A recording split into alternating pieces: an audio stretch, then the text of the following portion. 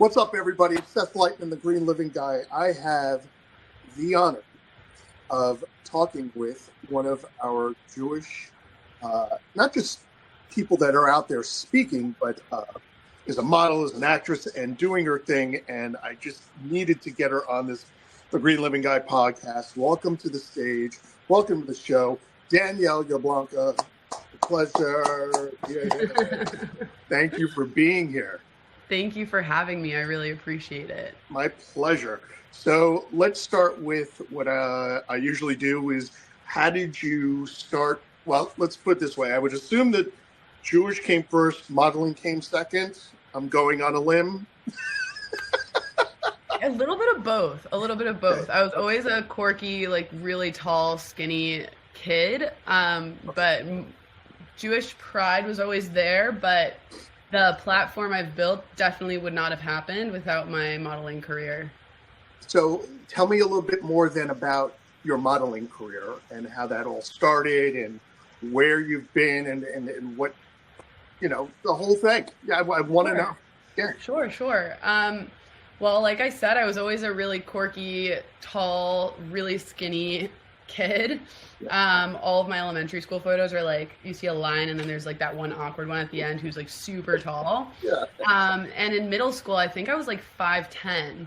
And I was just, I wouldn't say I was the most confident. I definitely had like a fun little personality, but I'd always been interested in modeling, because everyone tells you when you're tall, like, you should be a model. And one day in the newspaper, I saw Ivanka Trump was having a model search because she used to have a modeling agency. Yeah, and I was like in 8th grade going into 9th grade, and that would make me like 14, I think, 13 or 14. And I went to this model search, and at that point, I think I turned 15, and I met all these amazing girls at this search. And I didn't get it because you're supposed to be 16 and older to be considered. So they let me be a part of it, but I wasn't actually able to participate as a contender.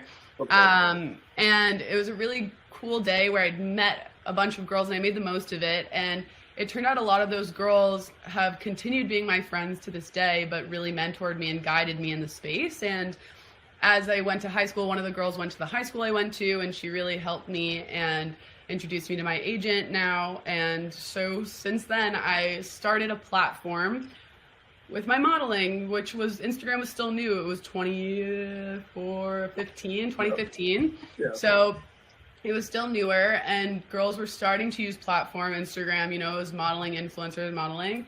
And I did that. I modeled. Yeah. And I posted it online. I did Miami Fashion Week. I do mostly runway because I'm 6 feet tall and I was really skinny. And now I just do more local modeling, just smaller gigs, because I really want to focus my goals and my platform on my Jewish advocacy and inspiring others to use their platforms as a space to speak up. Absolutely. So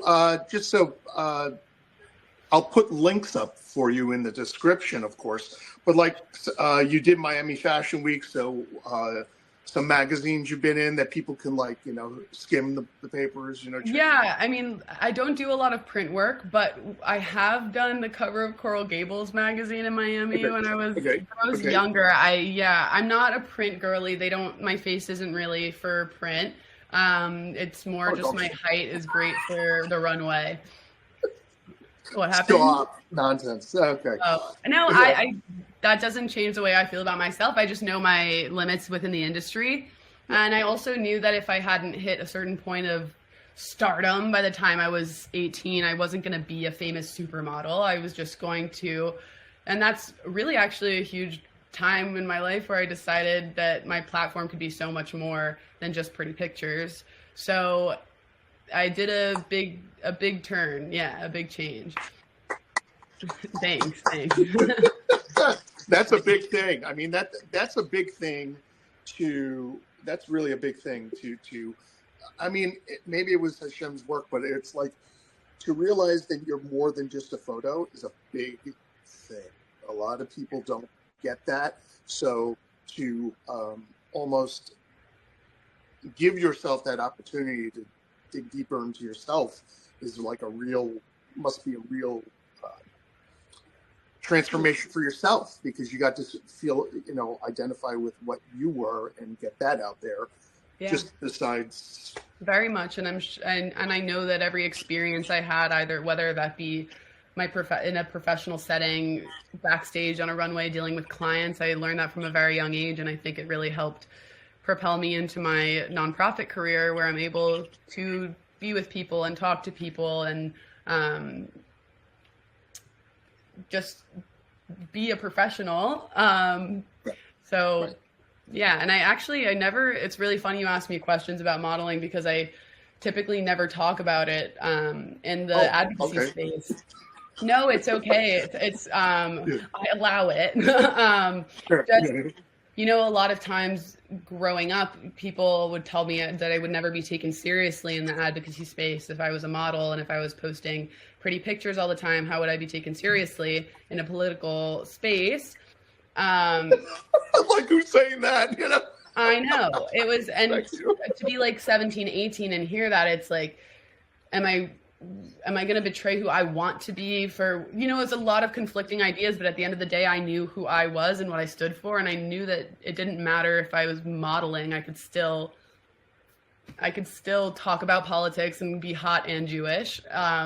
Yeah. So yeah, that's a big thing. And also growing up, being a model, a lot of guys mainly, but even women would look at you and just like write you off as a model. Like, oh, you're a model. Or the first thing a guy would ask you on a first date is, you're a model. Tell me about that. And so it's a lot more refreshing for me and empowering when people talk about my other attributes or my brains or my activism or my art, because to me, those are more valuable parts of my identity. But modeling is still something I'm very proud of. And it's definitely shaped me into the woman that I am today. Well, that's, I think, where I was trying to go with your journey here in this discussion is like, what do you think started first? And then we got into modeling, but then like now, as we think about it, you're into this Jewish identity component to your brand, and beside that being your brand, being you. So how did you integrate that? When did you integrate that? How much did you do it before? And then the other, and then how much did you do before? And then what did 10-7 do to change that, I guess? So it's funny. I call my 2019 was like my peak modeling year. I was like the skinniest I'd ever been. And, like I was booking all the shows, and I was a senior in high school, and I was doing well in my classes. So I was missing a lot of school actually for modeling. And I went to a fine arts school, and it was a very prestigious art school in Miami, design and architecture. So I was studying fashion design. And at the same time, I was building my own senior collection and my senior art portfolio, while missing a lot of school for fashion shows and events. And just like a small, like where my worlds collided was when I was able to take my art and I printed my artwork onto fabric, and I created a fashion senior collection that was a Jewish Pride collection that was presented in Miami Fashion Week in 2019. But that's also the year that my activism took a huge step forward. I was more involved in BBYO and had Jewish youth group and had leadership opportunities presented my way. And I was able to climb on every opportunity I could, applied for every scholarship I could, and put myself in every room I wanted to be in, so that when, as my modeling career, like I said, I turned 18 and you kind of realize like, this isn't what I want to do, or this isn't going to be my big break. I started to get more involved in BBYO and leadership and Stand With Us. And then I worked at Jewish Federation, and I went on all these trips my senior year, thanks to scholarships and opportunities. I put myself in the right spaces where I was offered the opportunity to go do APAC and to do Stand With Us and to do BBYO international programs. And that's really, really, really impacted the human that I am and the speaker, the activist that I am.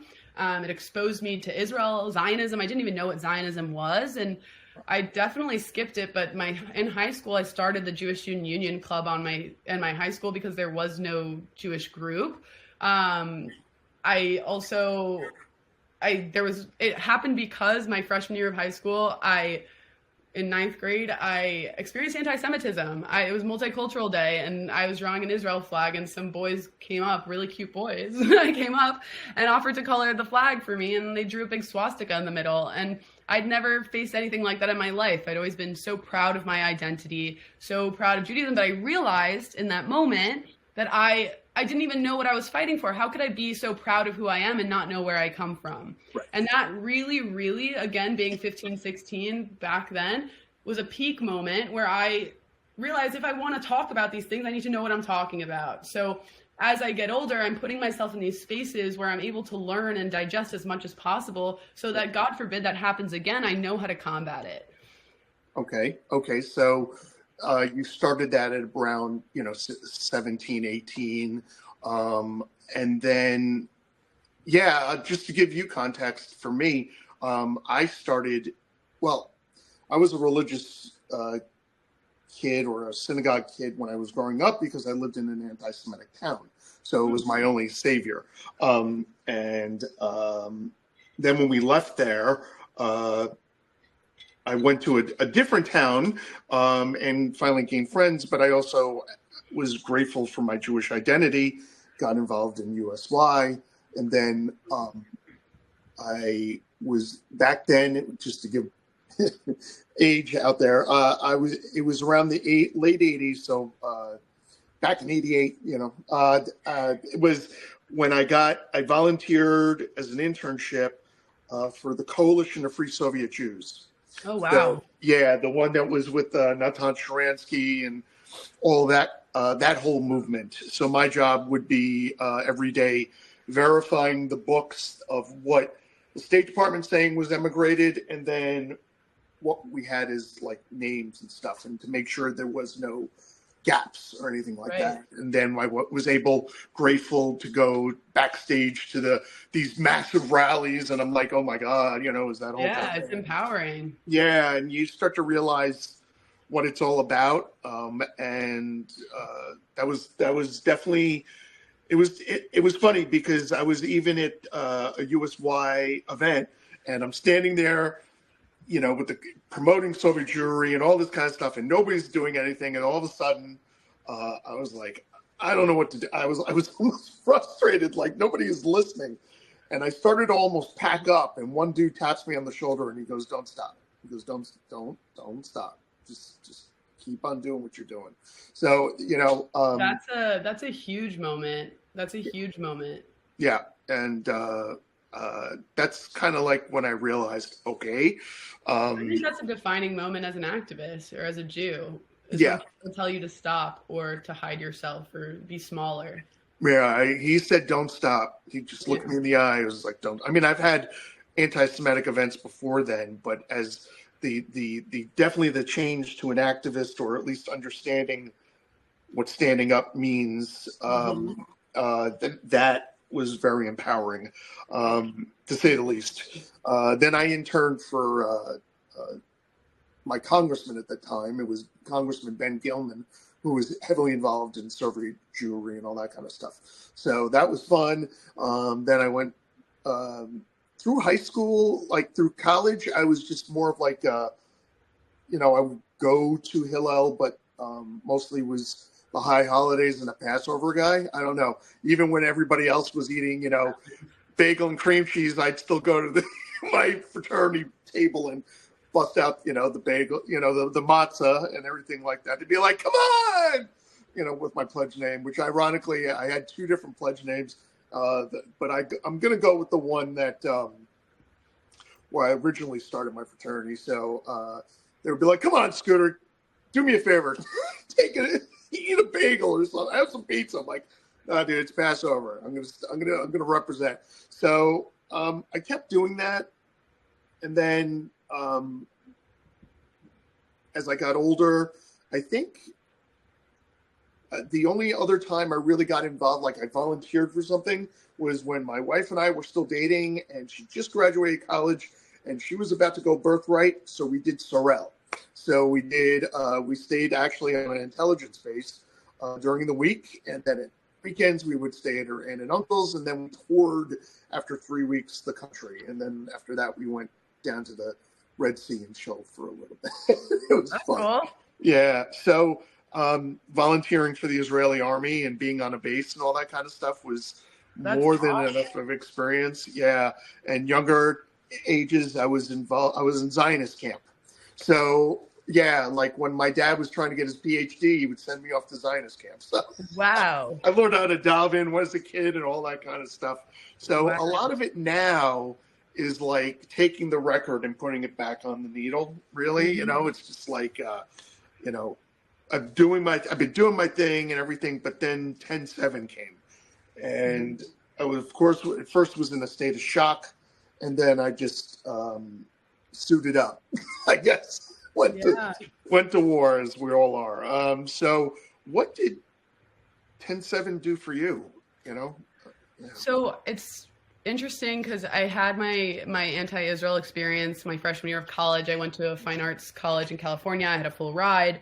Super excited to bring my activism there, but I couldn't find a community. And I had a Jewish professor, who called Israel occupied Palestine. And I was just like, mind boggled and lost out there. And then to my luck, COVID hit in 2020. And I said, F this. And I dropped out. It was the hardest decision of my life. I make it sound very easy, but like I really was at the lowest point of my life. And I dropped out and I moved back to Florida, and I felt like such a loser. And crazy because Florida is like not really that closed. But I was totally embraced by the Jewish community here, the Israel community, which I'd never been. I never went to Jewish school. I never went to Hebrew school. Yes. Ramah for 2 years. Yes. But like otherwise I never had so Hillel like really embraced me here, in Boca. And I just found my community. And you know, I was very involved, very active. And then we had the Kanye thing happen. And that's when I started to make videos about it. Like I was always using my story. That's how I started social media activism, shifting away from modeling, was like posting. I have a professor who has an anti-Israel, like here I am wearing an IDF shirt to class. And people were like, yes, you go. This is so badass and blah, blah, blah. And so from there, I'd always use my story to let people know what was going on. But then the Kanye thing happened, and I was like, how can this be happening right now? And I made a video, and the video did well. And from there, I realized how much I liked making videos, and I kept making videos. And then I've been using my platform for a while now to talk about Israel, to talk about my Jewish identity. And it means everything to me when I have young people who walk up to me and recognize and say, like, I like your page. I watch all your stories. I'm like, oh, thank goodness someone's watching it. Like, I don't know. That's awesome. But then 10/7 happened, October 7th. And I was sitting on my couch. It was the middle of the night for us. And I was watching Netflix, and no one was awake.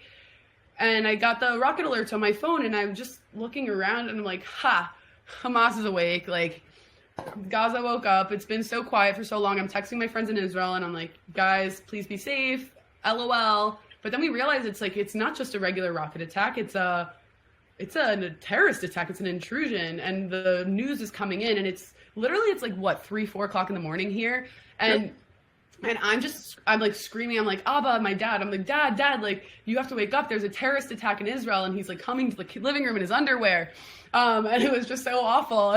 But it was a mind blowing day, and I was so depressed, but there's no time for that. It was the time for action. And I was posting what was happening. So as soon as people woke up, they saw my story, and people are messaging me, what's going on? I'm freaking out. And like, your phone is just blowing up.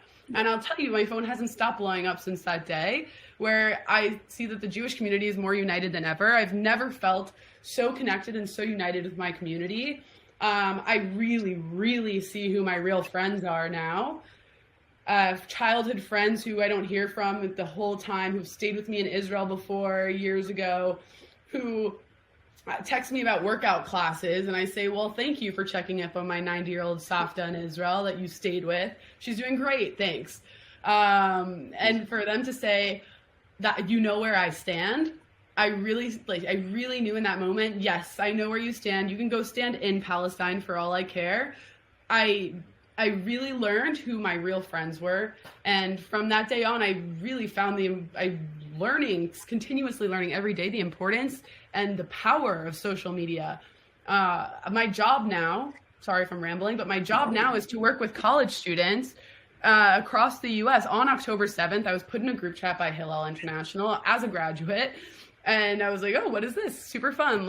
I'll help however I can. They asked me if I could help out. Why not? I was in between jobs at the time. And it turned into them turning around and hiring me fully to run this group chat of over 300 college students from 150 different campuses across the US, where I make sure students feel heard, and I see what's happening on campuses in real time, and I'm watching this anti-Zionism unfold, anti-Semitism on campuses, and it's so scary. There's a war happening in my country, and then there's a war happening on campus, and there's a war happening online. Right. And it's all happening at once. My screen time suddenly went from like 4 hours a day to 13 hours a day. And yeah, so now all I do all day is I facilitate this group chat, and I make sure that what's happening on campus I'm sending to an influencer chat and making sure that the right media sources are getting that information. I'm posting as much as I can in real time to combat as much misinformation and misguided media as possible. Yeah, there is a lot of misguided media. I never thought I would, I never thought that the newspapers that I wanted to have linked to my stuff, I don't want anything to do with anymore. I never thought in a million years that all of those groups and all those papers that we all bought and we subscribed to or we read religiously, and we thought that was like the hallmark of journalism, was all involved in this stuff. It boggles the mind. It's so many different levels, but it also, for us, I almost feel like as the older I get, nothing surprises me anymore. It's like, oh, they were all embedded. And it's scary. I'm starting to say the same thing. I'm 23 years old and I'm saying the same thing. Nothing's surprising me anymore. I'm seeing the most awful articles or tweets and this, and I'm seeing what my students are going through, and I'm like, oh my God, is it horrible that I'm saying, thank God I'm not a student right now on campus? I can't even, one student's texting me right now how she's afraid to post about it because she's afraid she's going to get spat on her way to class. What world are we living in that's okay, that people want to be on the side of people who spit on you on your way to class or beat you till you need facial surgery, reconstruction surgery? I know this is happening. It's not just, I'm not making it up. Oh, no, this is real. Yes, and it's really, really concerning. It's concerning how the double standard. I always thought we were overreacting with anti-Semitism. I always said we need to be careful. We can't get too comfortable. My grandparents were Holocaust survivors, I know. Right. But, I never thought it would be this level of war or hatred. I can't even comprehend it. I still haven't been able to comprehend that logic. It's foreign to me. Well, the older I get, the more I start to realize what was really going on, kind of thing. It kind of all, after 10/7, makes more sense, I guess, in some ways. Because and I say this really, and I'll be really, sometimes I have a new person who's helping me, and I really need to kind of voice this kind of stuff. All the kind of work that I've done in green living and in the environment, everything like that, has always been with love and light. And I think that there are those people that are conflicted are usually the ones that are angry and stand up and will do all that kind of stuff. So their job is to constantly try and make you look like you're worse. But in reality, you aren't. It's that they are, like what's going on in the Palestinian community, right, in the Free Palestine. They're trying to flip the script on us. But what I'm doing is just holding the mirror right back at them. It's no. But what's her name? Einat Wilf, her podcast on We Should All Be Zionists, had her whole first and maybe second episode it is now I'm listening to, but talks about how you just get bullied. The conflict's like bullying. It's they just bully you into being smaller and smaller, and you can't let them win. It's just. I will say it. I'll say it 100 times over and over again, but I'd rather die a proud Jew than a scared one. So I think that's something I've also learned too, is that especially now, is just you can't You can't stop us. I have seen what you're seeing. I've seen a community come together like I never thought would. I have seen people that I never thought I would ever be aligned with, ever being aligned with, because of our Jewishness and our Am Yisrael Chai and our unity. And it's just amazing that, more importantly, like after 10/7, I said, let me give my profile to the community. And because how can I help, right? So I gave, and by giving, I got more back. Yes, I lost people, and I'm glad I did. See, I don't want to be with you. But I gained more back in not just in, and it's not about numbers. I'm not talking numbers. I gained in the people, the quality of the people that came to follow me and to join what we're doing, right? Yeah. I think it was more enriching and rewarding to me in all of my years of doing Instagram. I started, I think, in around 2011 after Sundance. I came back, I was Twitter verified, and all my friends were going, yo, what about Instagram? And I go, what? And they all turn to me and they go, Instagram. And I go, okay, I'm filling out the profile. So, but now it's turned into a massive platform where our word united can be listened to. I have two boys right now in college, and they're dealing with what I'm talking about. There you go. Literally. So I am living what you're dealing with real time. I have, and they're getting bombarded as well. They're getting heavily bombarded by a lot of nonsense. Luckily, one son hasn't had it as bad as the other, but the other one is got it to the point where I feel really bad and want him to come home so that we could just help him out, because he got it bad. He's getting it bad. He's and it's not cool. So it's not. It's no, not. It's not. No. It's awful. It's really awful. But all I can tell you is to a parent from a student who is on the more outspoken side. Yeah.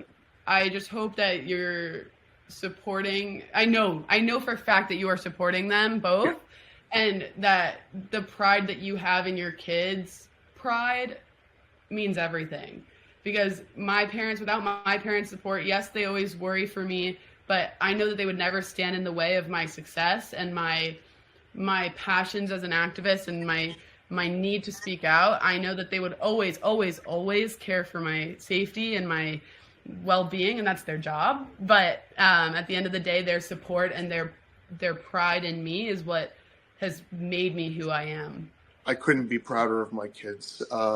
Absolutely. Yeah. My oldest, who's going through it right now, he's about to get his master's. He'll be a music teacher. So that's going to be exciting. And he's really, really talented. So I'm excited to see him step into the career world doing that. And my youngest is at Albany for cybersecurity right now. So he's going to be helping us defend against these kinds of issues. And he sees it and he gets it. He really gets it real time. He sees what certain, I'm not going to bring up names, but certain social media companies have done to almost algorithm in the Gaza speak. We see the S. What comes after S? So is T. T. So anyway, I just think that we all have to stand together. And I remember, it's ironic now. I met a long time ago David the Rothschild, and we were talking, and he did a presentation, and he was talking about what will save the world. And we were talking, yes, about the environment, but in reality, what he was getting toward was how are we going to change social thought.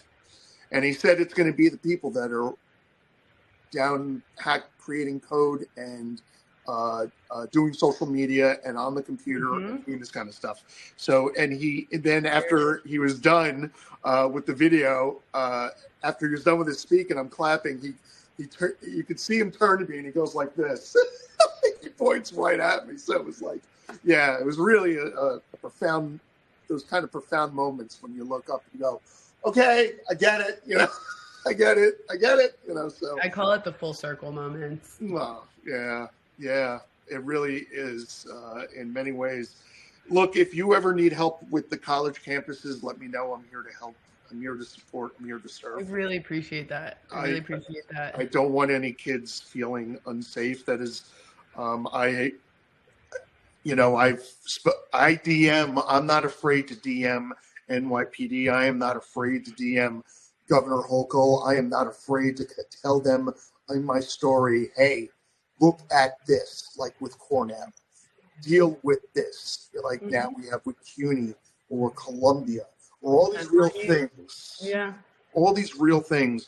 And we're grateful we have a governor who's stood up, who's created a tribunal to deal with these kinds of issues. And not many governors have, especially, I'll say, in blue states. So it's very reassuring to have not just a blue governor, but to have a governor who's blue and also cares for the Jewish people in such a way that she does. So I politics aside, and I learned that from somebody else in the Jewish spaces, politics aside, we have to give respect to those that are in office right now doing the right thing. And so I do support Governor Hochul in her advocacy and support for the Jewish people and politics aside. So literally. And so where I've seen you, with Stand With Us, which is a great movement. I'm trying to get involved with True Belong, so maybe we'll talk about that on the back end. But there's a lot of folks, you're hearing literally what we're talking about in the Jewish community. You're talking about two Jewish people that are fighting our fight and how we can work together. And this is really what it's about. I even posted about it in Sachi Israel, which is another nonprofit, saying we have to come together. We need to put our differences aside because that's not what Hashem wants. Hashem does not want us to be fighting. Hashem wants us to be working together and coming together. And the more we do that, the more enriching everybody's experiences will be, and then we'll all be good. Because that's when the Jewish people will be good, is when we're all good. So it's I love doing this because it's not just because it's the right thing or whatever, but it feels good in the soul, doing that kind of stuff. It's right. So tell me about what you've been doing recently after 10/7 to stand up and to fight the fight. And I've seen you at some events. I saw you create that amazing dress. Your creativity is just astounding to me. And I wasn't shouting out, oh, look at you in the dress. I was just like, wow. No, thank you. The creativity that you put into that. I saw the thought that you put into what you were wearing to represent what you felt and the art in that. And I was applauding that. I really was. Thank you. I really appreciate it. Right now I'm trying to be everywhere and nowhere. I'm trying to, I just got back from a little, I'll call it a Danielle Yablonka tour, where I was just I was in New York for a fellowship reunion for my college fellowship for Israel. I was in Israel for a week, and then I flew to Miami and back to LA for a Hillel conference for content creator students. And then I was just in New York last week for the Soldiers Save Lives Gala. And tonight I'm going to the Hillel Gala for our local Hillels. And I'm trying to be everywhere. I'm trying to make a name and make a platform that can inspire. Everyone's been asking me, everyone asks me now, what do you want to be when you grow up? But where do you see this going? What do you see where is this going for you? And my answer to that in full confidence now is I want to be the same person that I looked up to when I was in high school or college looking at that stage. I want to be on that stage talking and inspiring the next generation, because I believe wholeheartedly that the next generation are the future leaders. And while we might have Abraham Accords on the back end now, but Abraham Accords and all these great things happening, if you're talking to my generation, who are the next people supposed to make the Abraham Accords, they don't feel the same way. And that's what scares me. I want to make sure that the older generations want to continue investing in my generation, and that my generation wants to be invested in, that they want to learn, that they know that they're supported and that they have opportunities and that they have a voice. And that's my dream. My dream is to inspire others, and I'm doing it. Whether it's through painting a dress, making a statement, or posting on social media, and maybe not getting modeling jobs because one of my clients is posting for a ceasefire and I had to make a comment. So it's just like, it is what it is. But like you said, I just found so many more people that have embraced me since my, I call it also the October 7th cleanse of haters.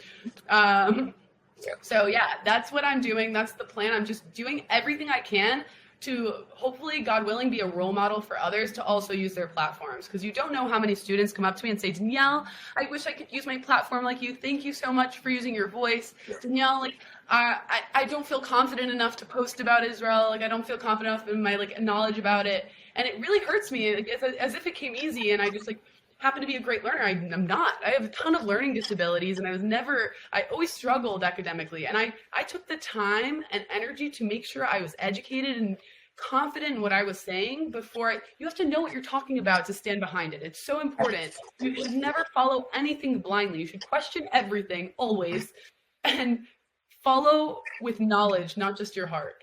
Yeah. And so that's the goal. That's the dream. I just want to be an example, God willing. No, you will. You are.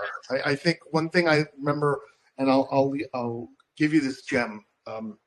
I was at a event back then. It was the Warner Brothers studio, but now they have it at like this airport thing for the Environmental Media Association, which is an organization that I really don't mess with much anymore. I have to have a talk with their executive director, who's Jewish. I haven't seen her really speaking up, and it's quite disheartening. In fact, the only one that really of her, what I would call it, stable of actors that has been speaking out has only been like Emmanuel Shikri, and I give her respect. I knew when I saw her on Entourage and her glow, I said, "There's something about this woman." But now I realize what it is. The gem is that when they started asking me, what do you do? And I said, I want to, and I'm working on whatever. And even I was with a group of people, and a man turned around with his friend, and they both said to me, you're not wanting to do, you're doing. And it was Ted Turner. Wow. And his friend. And she has met people like Mother Teresa and stuff like that. So this is like, when I heard that, I realized I'm doing. I might not be where I want to be, but I'm doing. So you're doing it. Whatever you're saying that you wish you're going to do, you're doing. You're actualizing real time.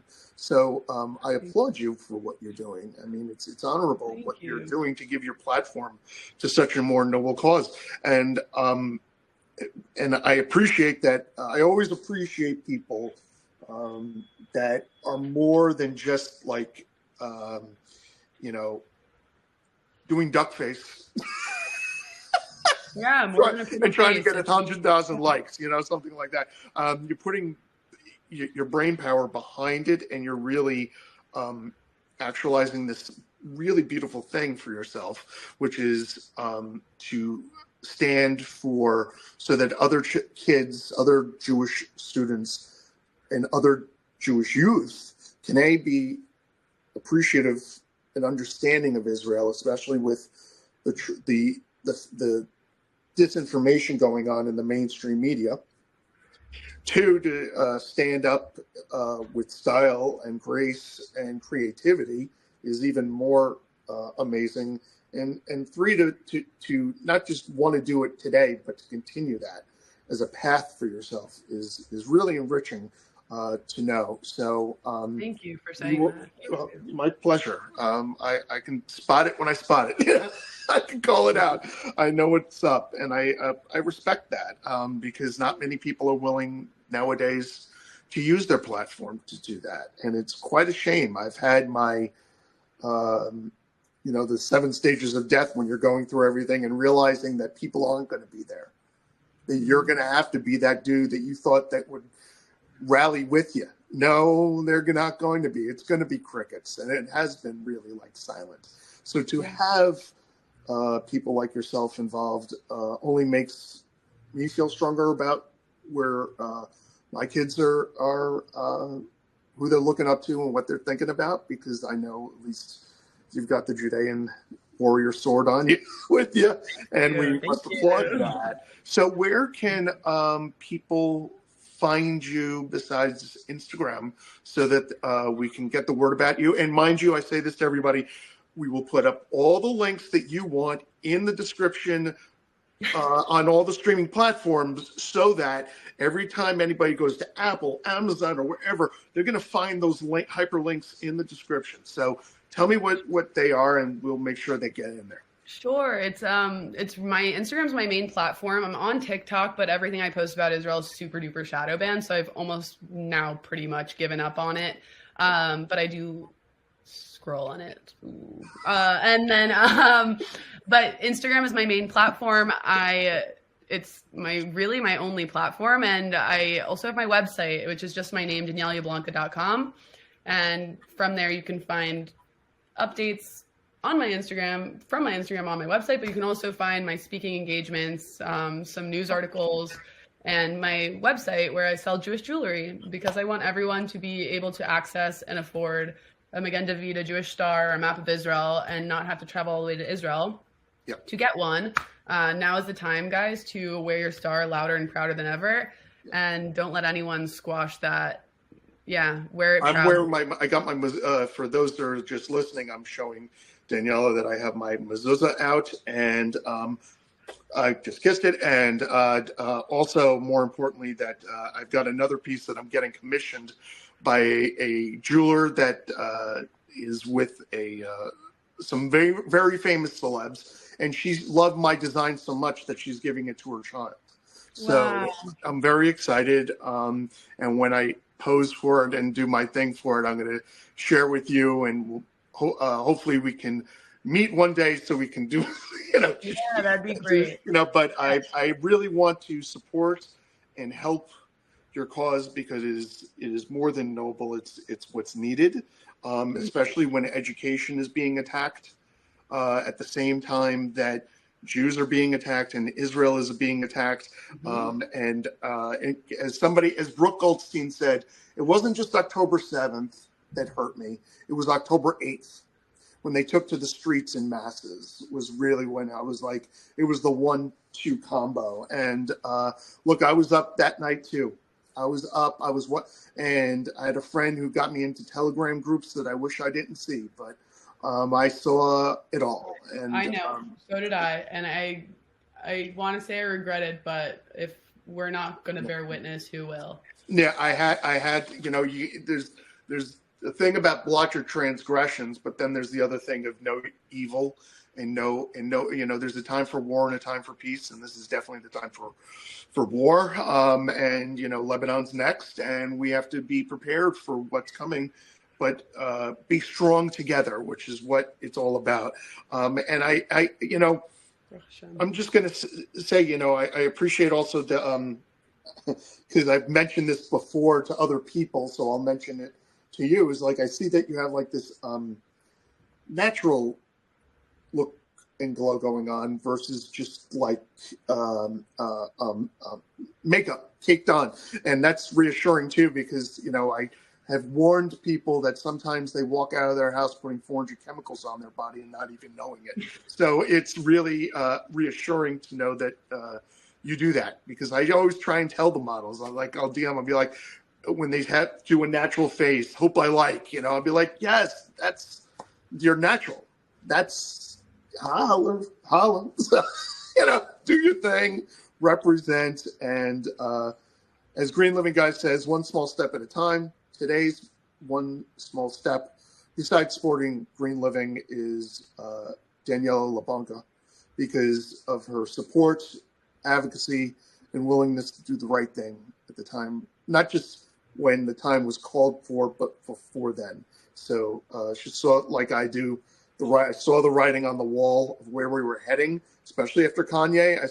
I literally kept saying in groups, in chats, something's about to pop. And I don't know what it is, but something's about to pop off, because you don't have this much pressure without something going off. And it did it. So we are Judean warriors in this fight, and I am with you,